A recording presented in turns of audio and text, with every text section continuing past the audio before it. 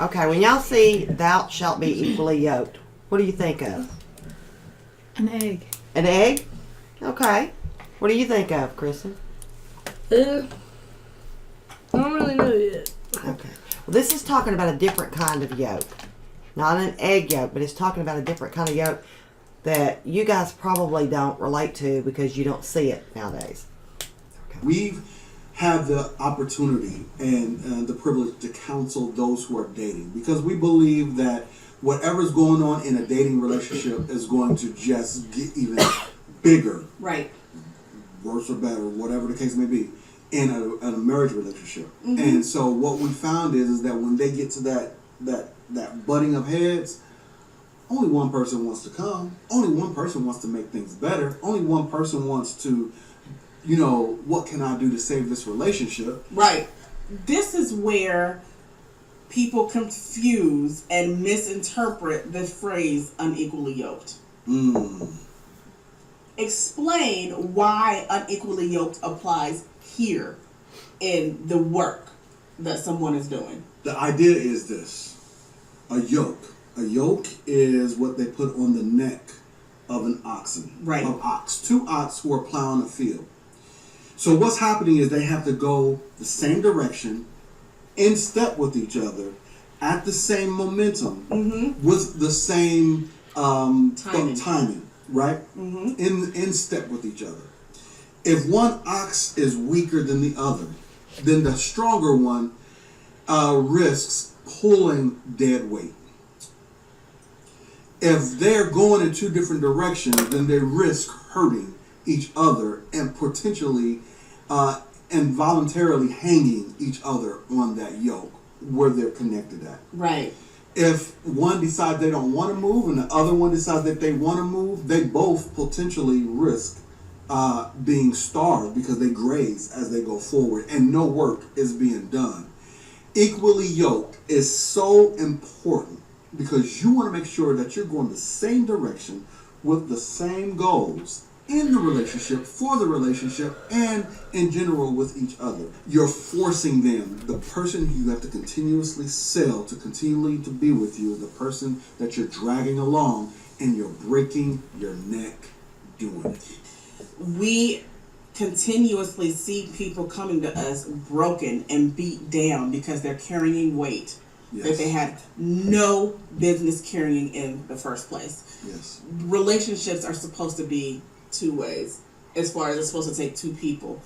If you find that you are being broken down and they're not doing anything, they're not bad people, they're not necessarily, a malicious person, they just have no desire to do the work to love you the way that you need to be loved as much as you desire to do the work to love them the way that they need to be loved.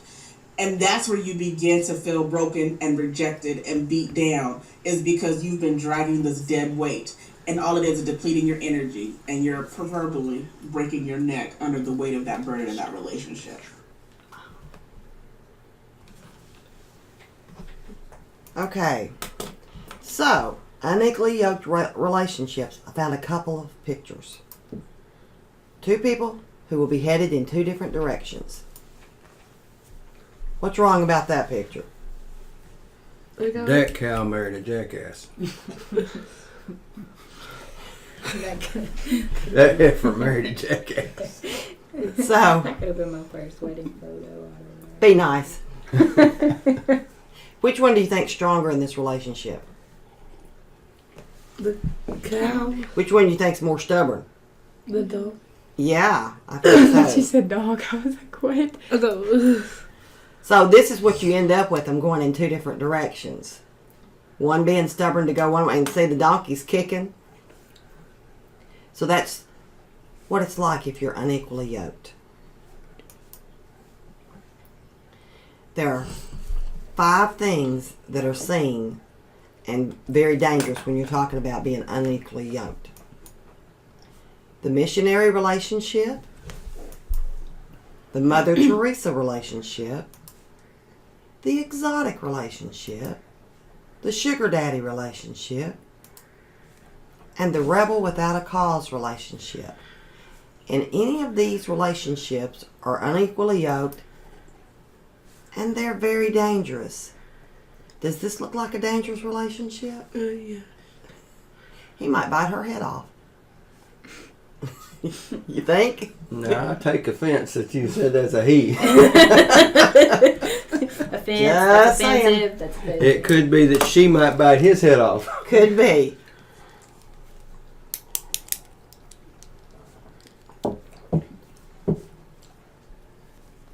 You're good. Okay. When we're talking about the missionary relationship, what thoughts come to mind? That's kind of an odd way to put it, isn't it? You have any thoughts on what that could be? No. Okay, well there's two types in this relationship. Type 1 thinks all of the good Christian men and women are taken. So there's no good Christian men or women in the church because the good ones are taken. So they seek a relationship from outside the church and try to convert him or her to their faith. They might go to the bar. They might go, and it doesn't even have to be the bar. It could be the racetrack, the horse show, a sporting event, someone who doesn't necessarily believe in what they believe in, so they're going to convert them. The second type, they date someone without any spiritual compatibility, and when I'm talking about spiritual, how you believe about God and your faith, and they hang on because they're going to change them. They're going to change that person. Do you think you can change somebody else? You don't? What about you, Kristen? CC, you think you can change your friends? You don't know?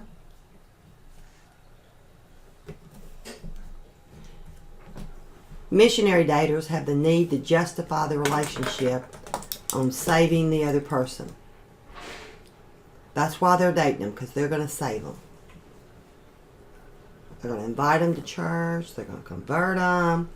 They're going to fix them.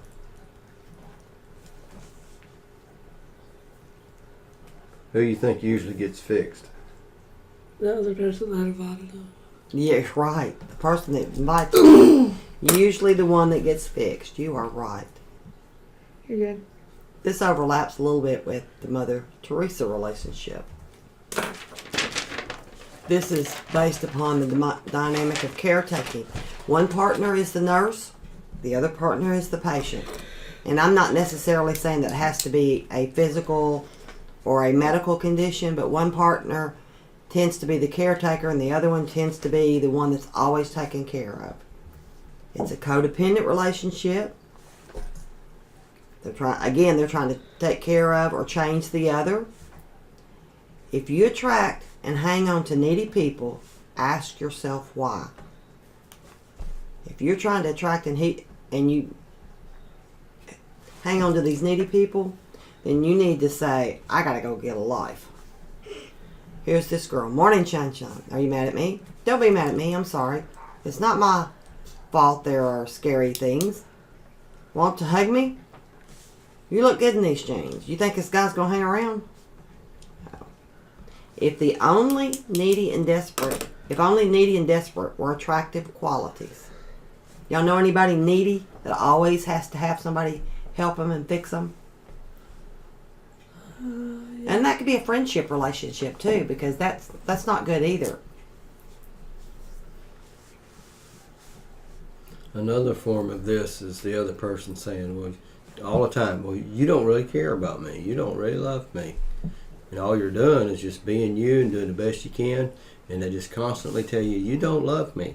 And there's no way you can convince somebody that until they fix their own self. And in a give and take relationship, both people are trying to take care of the others and see the other's needs and trying to accommodate for them and trying to understand. But if one person's always giving, the other person's always taking, that's not good. You're good. Then there's the exotic relationship. I bet y'all think this one's dirty. Do y'all think it's a dirty relationship? I see the smirks and the grins. Well, you're going to be surprised. It's two people from radically different cultural or ethnic backgrounds. I'm not saying that marrying across race lines is bad. Not saying that. What I'm saying, cultural or ethnic backgrounds. It's based on the mystery of being with someone completely different in many ways. And I'm going to go the extremes. Like somebody from south of the river marrying That's not an extreme. You're not going to get marrying a royalty. What if a Christian from south of the river, let's say, married a Muslim from Afghanistan? Do you think there'd be cultural differences? Yeah. A lot. A lot. Okay. And a lot of times the exotic relationships are kind of like where they're so vastly different. Check your motives. Make sure you fully understand the differences you will encounter. Look at this couple. Well, they're not popping up. They don't want to pop up. There they go. Do they look like they're from very different relationships? Yeah, she looks like she is of Oriental descent, and he looks like he could be German, Scottish. He could be American. Do you think they're going to have a lot of differences? Yeah. There's going to be a lot of differences, and they need to understand, both of them each, the other person's difference. When I was about your age, there was a girl I knew that was a Christian, and she married a Jewish guy, and he was dyed-in-the-wool Jewish. Do you think there were a lot of differences there to overcome? Yeah. She believes Christ is the Messiah, and he does not. Do you think they have... I don't even know if they made it, but do you think they would stand a chance of making it? Well, I think they had a lot of work to do if they were going to make it.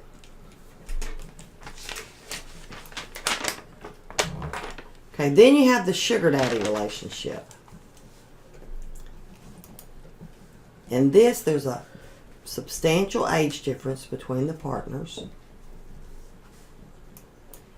If you're saying yes ma'am or yes sir to your partner, you might be in a sugar daddy relationship. These types are usually trying to compensate for some unmet emotional need or expecting their partner to fill in for mom or dad. So they, my dad was never around. A young girl might marry an older man or vice versa. And I've seen younger guys marry older women. It can go either way. These relationships on the beginning provide some financial or emotional security early on. But at some point, they're not going to be compatible. What can you think of a 20-year-old marrying let's say a 45-year-old? Can you think there's going to be anything that's going to come up that you can think right off the hand that might make them incompatible? What about when that 45-year-old gets to be 60 and that 25-year-old is 35? Can you think of any differences there? You can't? Can you, Kelsey? Their ages. Okay, what about that? Let's look at that. What's the 35-year-old going to be able to do that the 60-year-old might not want to do or be able to do? Do you think a 35-year-old is going to be more active? go out all the time. Mm-hmm. The 60-year-old going to go to bed at 8 o'clock. Yeah. The 60-year, and their health may be failing by that point. So those are going to be some things that are going to, at some point, the younger one's going to say, I'm married to an old person I'm going to have to take care of. I still want to go to bed at 8 o'clock. Do what? I said I still want to go to bed at 8 o'clock. Yeah. I do. Me too, especially when you're a kid.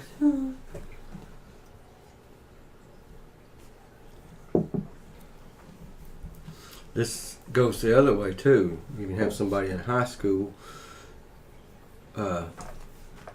want to date in order to get out of the house. Yeah. Just to marry somebody that'll take care of them so they can get out of the way from mom and dad. There's no reason to enter into a marriage. It'll fail. Then you have the rebel without a cause relationship. This is where you date someone out of rebellion to your parents, you choose someone who's totally opposite of what your family would want for you, you're not recognizing that your family has the best interest for you. You're usually not really in love with them. You just are angry, or you're trying to define yourself as independent and trying to establish a sense of autonomy. I am who I am, and I can do what I want to do. And if you've ever seen the movie Grease, okay, did they have different backgrounds? Yeah. Do you think her parents would be happy with her dating him? No. Do you think if they married they would last? Why not? Because they're different. How different are they? Explain that to me. Oh, he's like Mr. Bad Boy, and she's, oh, I want to do this the right way. So do you think they're going to have conflicts if they were to get married down the road? Yeah. Yeah. Yeah. Do you think that's going to cause problems in the marriage? Yeah, I think so. Most marriage problems can be fixed before you get married. By choosing the right person.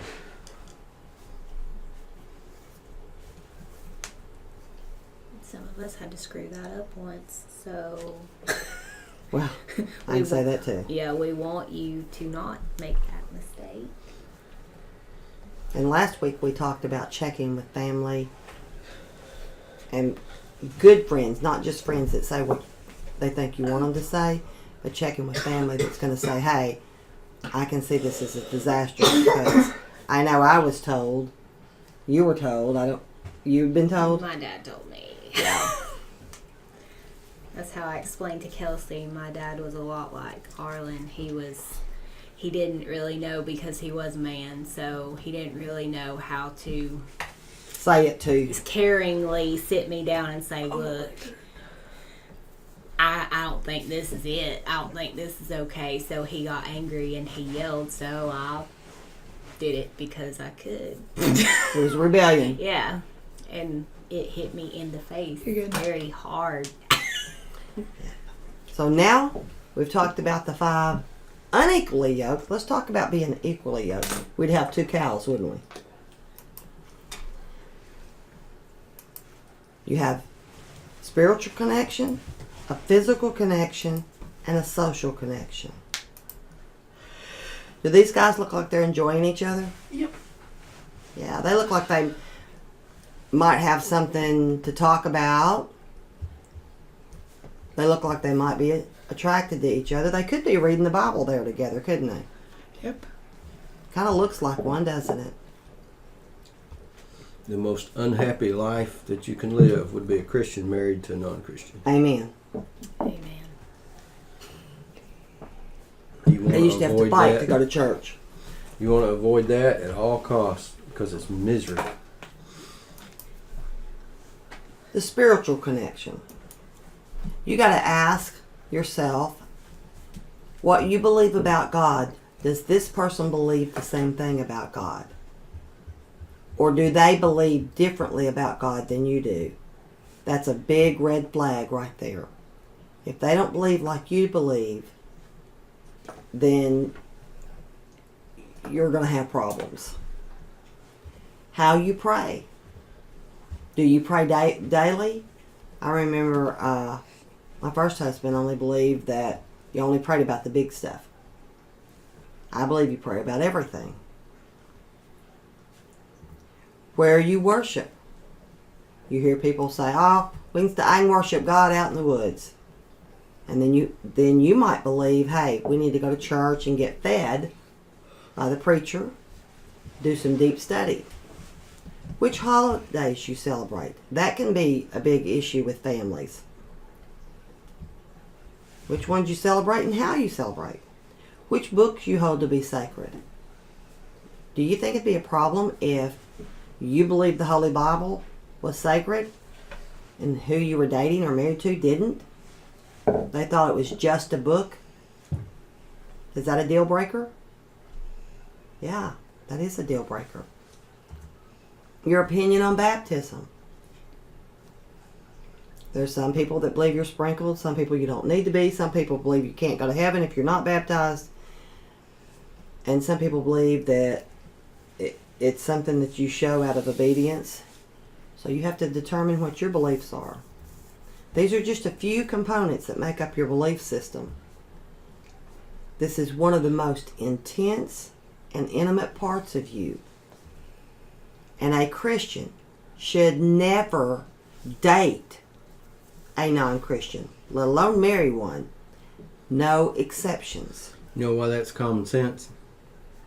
Because anybody you date, you can fall in love with. That's true, but you don't marry anybody you don't date. That's you marry right. people you date. So if all you're marrying is non-Christian, you're going to wind up. If all you date is non-Christians, then you're going to wind up marrying a non-Christian.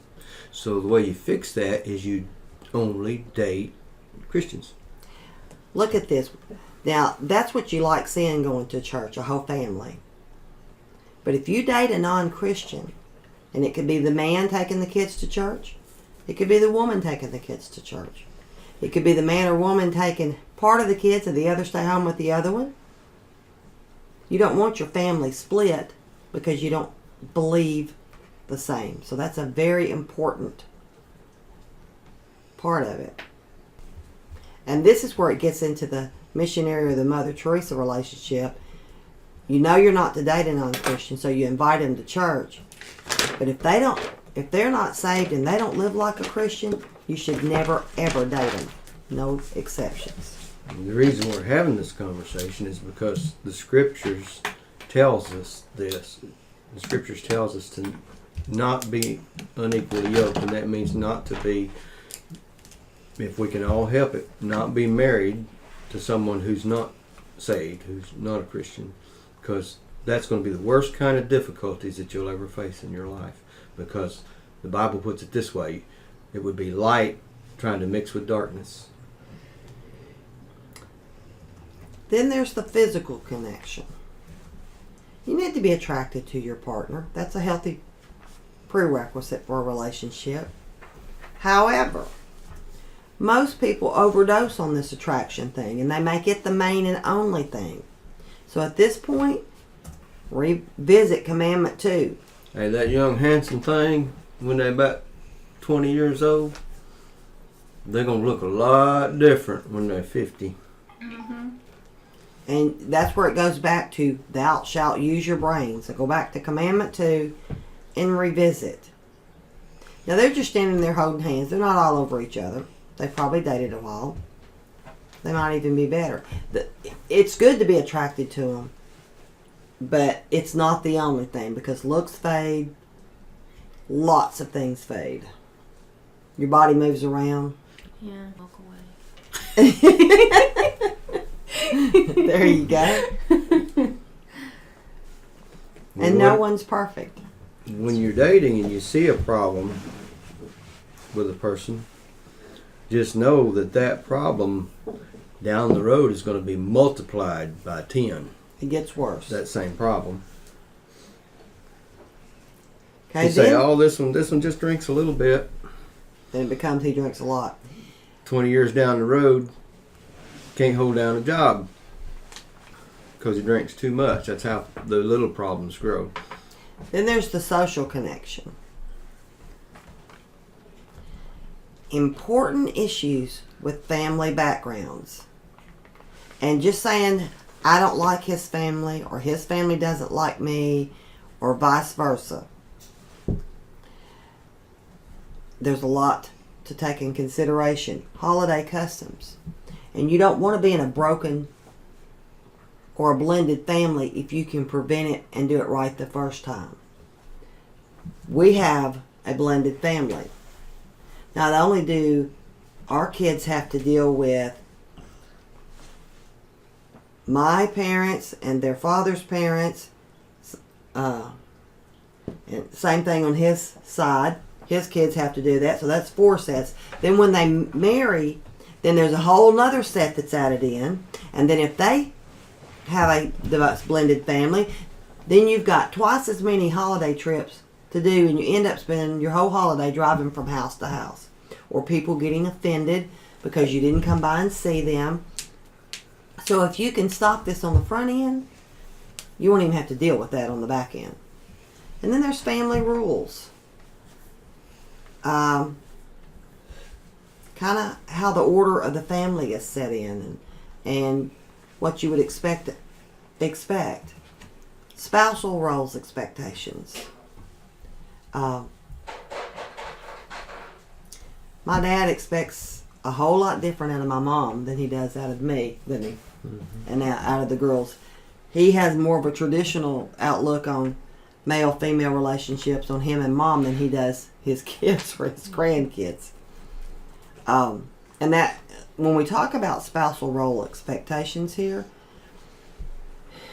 when you submit, and you hear this submitting to your husband, and that could be thrown up in your face and stuff, but the big thing you have to understand, it's when you submit and you're respecting your husband, who are you really submitting to? Do you know? Because that sounds like nobody's going to boss me. You. Huh? Yourself. No. No. You're really submitting to God. Because God set that order up. What would happen? Let's look at school. What would happen if we didn't have a principal and an assistant principal? It'd be crazy. People would do whatever they wanted. Yeah, we would have fighting in the office up front all the time, wouldn't we? Yeah. Same thing in a family. Wouldn't be any organization or order. And you could go to one and get the answer you wanted, maybe, because you might know the other one might say no. So if you have a good set of order set up, then you might hear, well, what did your dad say? What did your mom say? Because they want to be on the same page. One of them doesn't want to say you can do something if the other one said no, or vice versa. And we don't care that it makes you guys angry. So you know. And finances. Do you agree on how finances are done? That's the major reason for divorce, is the family finances. That's the number one reason. One believes you spend every penny when you get it, and the other one believes, no, we got to save a little bit back for the future. Right there's the biggest fight you'll ever have in the home. So if Along you see, with this one, raising children. From I don't believe in spanking to I do believe that kids need to be spanked and corrected. And then you have the whole group that says they're free spirits. We need to let them choose for their own. have y'all ever given any thought about debt? What if you marry somebody that they're not afraid to get in debt over their head? What does that do to you when they do that? Guess who has to pay for that? They're not going to pay for it. Guess who has to pay for it? You do. Or if you divorce, you're responsible for part of that. Even in the relationship. Yeah, they'll take personal finance. Or Kristen, Yeah. you've had it, haven't you? But this is a dating Yeah. consideration. Yeah. If you see that problem in a dating relationship, just know that it's going to be worse when you marry them because you can't get out of it. And on the kids, you really have to agree on how you raise the kids and do the kids, because you could end up with problems. Let's move on to in-laws. Do you respect your in-laws? How do your in-laws treat you? All these can play into big problems in your relationship, along with domestic responsibilities. And you're free to stop all this if you're just dating and you're not serious. If you get serious first, then you got to deal with all these problems. If you deal with all these problems first, then you can get serious with somebody that you've already eliminated all this stuff. On domestic responsibilities, let me ask you this. I'm going to give you a scenario. What if the husband works 40 to 60 hours a week and the wife is stay at home with the kids and sends the kids to school and stuff?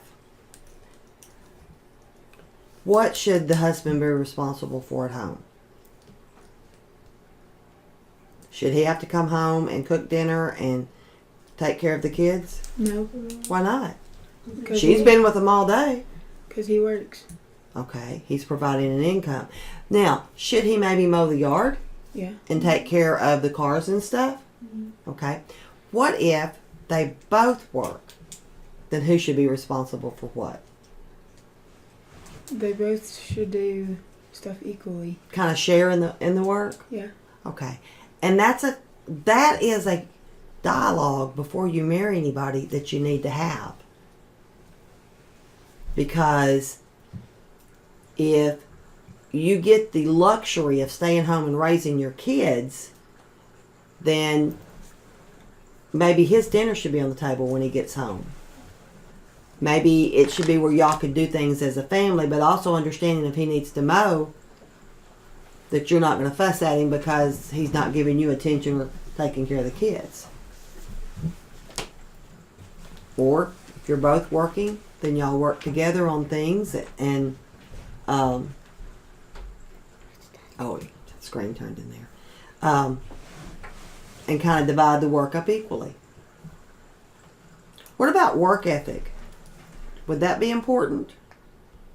Very. What if he couldn't hold down a job or she couldn't hold down a job? Is that important? Yeah.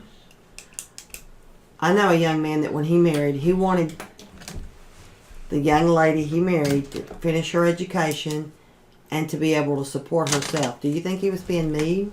No. His whole idea was if something happened to him, he could wanted still her to be take able care of to herself. take care of herself and any kids they had. So that was probably a good. And if she wasn't a worker, that could have been a deal breaker. I have a question for you. If you're in a relationship with somebody and you're trying to be serious about it, and if you're 17 or 18, has this guy that you're dating, has he had an opportunity to work and hold down a job? Nope. So then, if you're trying to get serious at that age, how are you even going to know if he's going to work and provide for you or not? You don't. You don't. You don't. So the answer, the moral to this story is, you don't get serious about anybody until they've had time to hold down a job for several years. And get your education. Let me tell you something. My parents have been married 60 years. Okay? They've been married longer than they were single. 3 times longer than they were single. So you've got plenty of time to be married. Because hopefully you'll be married for the rest of your life. So don't rush it on the front end. It's kind of like pay now or pay the rest of your life. You pay with a little bit of time to get your education and get to know this person and determine if this is the right person, or you pay the rest of your life because of a bad relationship that either you stay in or you end up divorced. Also, resolving conflict. How does this person resolve conflict? Do they beat the crap out of you? Do they throw bricks at you? Or do y'all sit down and discuss it? How do you resolve conflict? What's the best way? And y'all need to be on the same page about that. Mm-hmm. You know what the danger in getting serious in a relationship with somebody when you're 16, 17, 18, sometimes even 19? You spend all the time that you could have been looking for the right person by dating several people, wasting it on one relationship that may never even happen. And you could have given away, you could have lost a really good relationship because you spent your time. Right. Yep. Exactly. If you have intentions on going to college, then you should be telling yourself, I will not be serious about anybody until I'm finished with my goal, until I'm finished with college. That's the best way to make that decision. Now let me ask you girls a question. Was it easy for your mom to get her schooling after high school? Why not? Because she had me. She was married and had kids, didn't she? So she not only was not able to fully focus on her schooling and do what she needed to do, she had a family she cared about and loved very much. So it took her longer, and she doesn't begrudge having you girls by any stretch of the imagination, but she might could have made it easier on you and herself if she'd have gotten her education first. Yep. And I think I'm fair in saying that's what she wants for you girls. Most people that wind up getting married Never finish their education. never finish if they haven't finished before they get married. I'm 59. Am I 59? Yeah, you'll be 59 in December. And all right, I'm 58, and I still haven't finished my bachelor's degree, but I'll only like one semester. But I've been taking care of family since I was 19. Now, I got married before I finished mine, and Now she makes more for that one reason. because I have the bachelor, She makes Well, I have much a more master's. money than I make because I have my degree. for that one decision. I had 2 kids by the time I was 19. Me too. Well, I guess the good Lord blessed me because I couldn't have kids until I took medicine for a year or 2. So I was married and going to school, but I couldn't have kids. I was actually, because I went for so long, just going to work, taking care of my kids and doing my thing. When Arlen, that was one of the first conversations we had. He said, "You're going back to school." He said, "If we're going to be together, you're going back to school." He said, "Because I know you can do it." I was mad. I wouldn't speak to him for a week because he was encouraging you to do because something. I had never had anybody sit and tell me, it's okay. You can do this if you want to. I know you can do this. This is for you. This is not for me. This is for you. So I was angry. I said, I don't know who he thinks he is. Here I am, 27 years old, and that fool is trying to send me back to school. But he knew, because I went through that whole time feeling like I owed that to them. Right. Because I had worked minimum wage jobs their whole life. And that's where you'll be stuck Yes. if you don't get your training in minimum wage jobs. Kristen, do you remember the conversation we had with the young man in class who thought that 400, no, how much was it a month? 500. 800 a month. 800. 800 a month he could live on. Oh, yeah. Do you remember? And who gave him the figures on what rent and everything would cost? You guys did, didn't you? Could he make it on minimum wage? He No, found I out he think was like- needing about 4,000 a I month think to he had make it. like 120 left after that. No, he remember by the time we got through, he didn't have any because Oh. he couldn't eat. Oh, He yeah. couldn't Play rent. video games or No, we didn't even have electricity or water at that yeah. point. You don't even need to be thinking about getting married. If that's Don't what even you think make. about dating at that point. Yeah. Yeah. Then the other thing, religious beliefs and practices. Now, do you think somebody who believes to go to church on holidays and somebody who believes you need to go to church every week, you think they're going to be compatible? You think they're going to get along? Maybe? Yeah. Okay, so male or female, I don't care which one you pick, believes that you only go at Christmas, Easter, Oh no, they ain't gonna get along. and the other one believes you need to go every They week. don't get along Why? because One believes different. They do believe different, and somebody's going to be going to church by themselves, aren't they? Yep. If they go, or because they could be drug out of church. So, as you look at the social connection, all this stuff is very important. Don't add problems in before you ever get married. If you have problems with this stuff before you get married, you have no business getting married. There's a second part to the social connection. And this is patterns of relating. Social skills. How you get along and deal with other people. The level of social involvement. How to spend free time. Desires to be grouped and social gathered.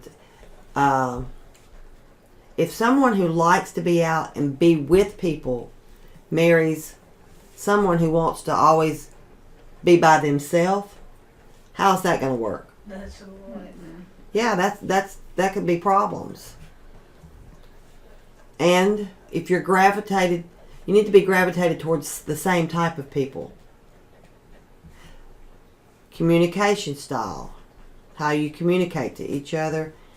Intellectual compatibility, educational background. Now, I'm not saying somebody with a college education has to be married to somebody with a college education. Because there are people without a college education, but a technical ed that have the same intellectual type compatibility and get along. You just need to know that y'all are going to talk at the same level, and one's not going to say, well, the other person is dumb or stupid because they're not very smart. So if you're attracted to go into a place like this, and somebody else might rather go hiking, would you say they're going to be happy? They could possibly get along if they agree to do what the other person likes. And you go dancing sometime with the person who likes to go dancing, and that person who likes to go dancing goes hiking with the other person. But if you absolutely hate being in the dancing scene or hate being in the hiking scene, that's going to cause problems. So consequences, you got this, Kelsey? Yeah, go ahead. Okay. Consequences of breaking this commandment. You will not be able to bear your soul with the person you love the most. You're going to close up. You're not going to share. You will experience unnecessary pain, frustration, and confusion because you are dating someone who is nothing like you. And you will drive yourself and your partner crazy because you are trying to change the unchangeable. And it's going to be like you're going to be like these two people right here. You're going to be in a tug of war. You're going to be pulling against each other at all times. And this cartoon kind of says it right here. We still have a few minor issues to work out. I want a huge wedding, and he wants to be single. And that happens sometimes. And sometimes people say, well, she tricked him into marrying her, or vice versa. And you might hear that pop up. And it could be something on this commandment. I was talking to someone the other day who was anti-cats because, number one, they were allergic to it. Mm-hmm. And number two, they didn't think the other person kept the cat litter cleaned it out as often as it should have been and didn't like the smell. And the question I asked the person is, would this person give up the cats for you? Because it's a health issue. Mm-hmm. And they said, probably not. So would you say that's a deal breaker? You would, Cece? I think so. What do you think, Kristen? You think it's a deal breaker? Yeah. Yeah. Arlen doesn't like my dog in the house, but he's learning to love him. So Do what? I said Arlen doesn't like my dog in the house, but he's learning to love him, so it's all good. That's one area we're fairly compatible. We don't mind the dog in the house, but we don't want one having accidents in the house. Yeah. And that's more... That's why we keep them in crates. That's why they're crated. And actually, Sean was allowed to move freely in the house, but he would rather die than have an accident. He never had an accident. Never. I mean, that dog would just die before he had an accident. But those are far and few between. Yes. Taz is like that too, but Arlen, when we lived in Nioda, the little dog I had that I begged him for, somebody stole it, and he walked the ditch lines for 3 days to make sure this poor little dog had not got ran over or anything, because I was heartbroken. And he texted my best friend. He was like, please, for the love of God, find that woman a dog.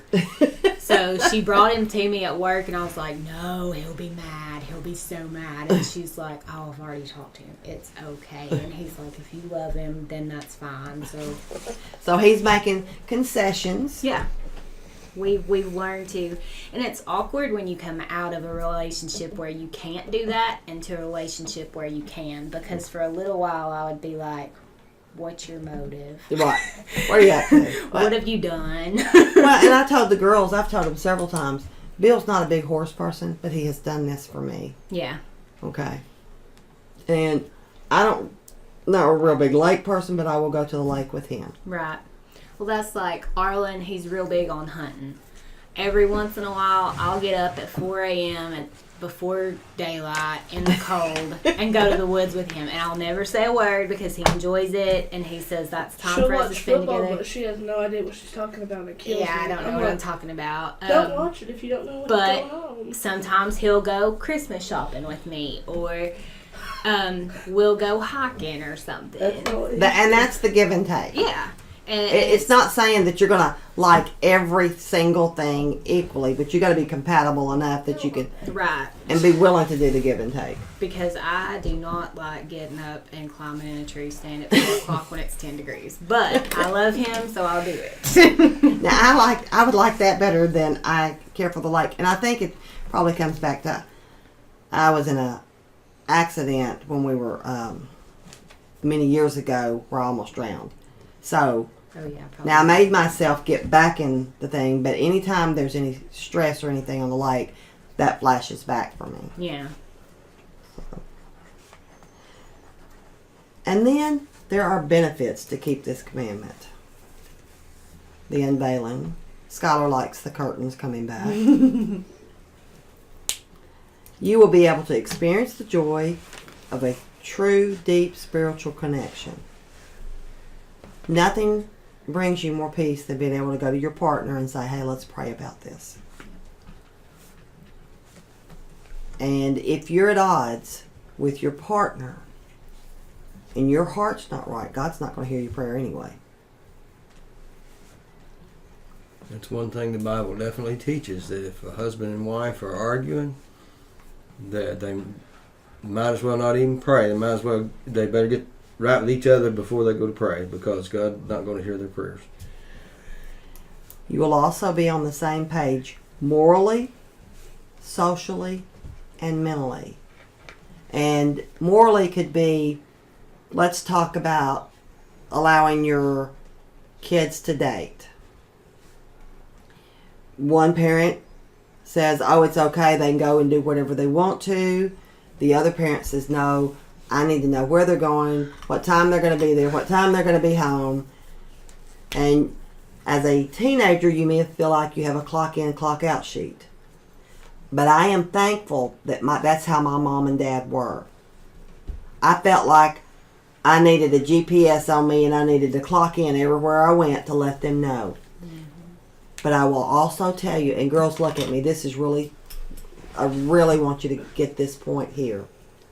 The nice thing about that is, when you're in an uncomfortable situation, you can always look at whoever it is and say, I can't, my parents will kill me.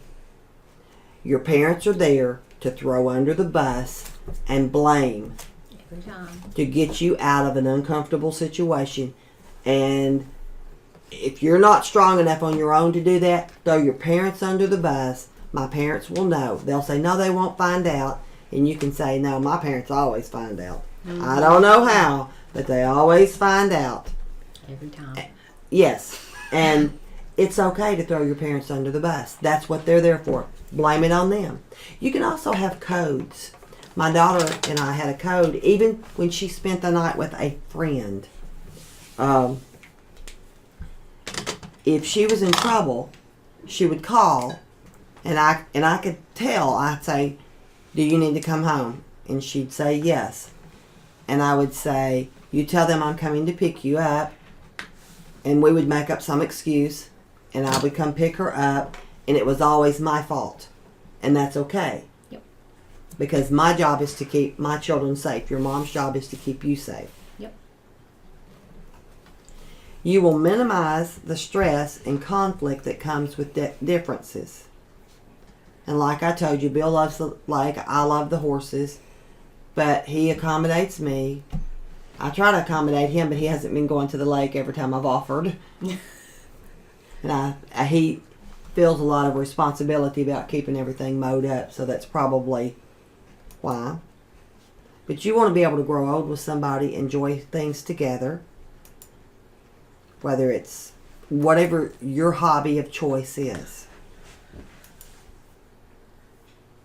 And it could be give and take. You do a little bit that I like to do, and I'll do a little bit that you like to do.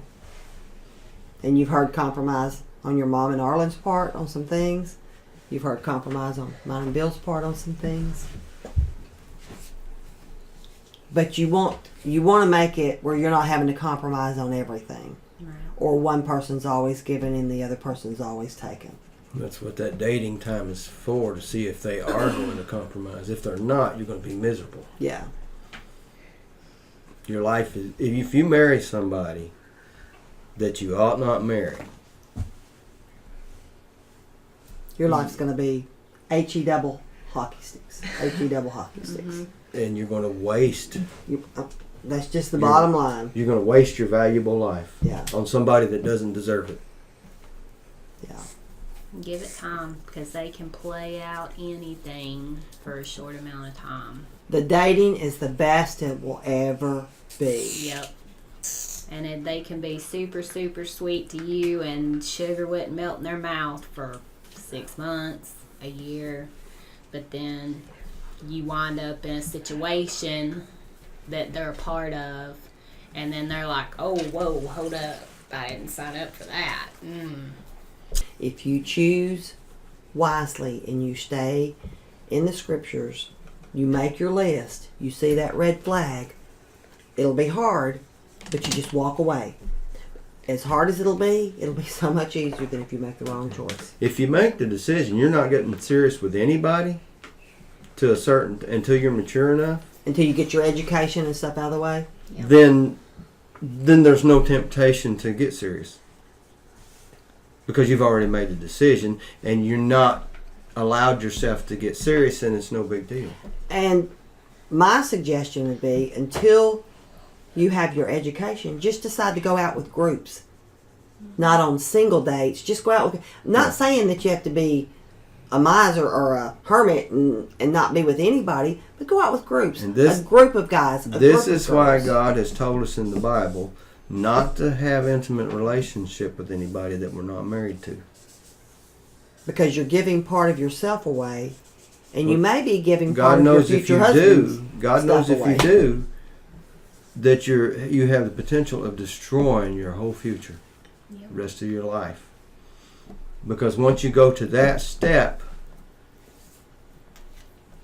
then it's almost impossible to go back. to go back.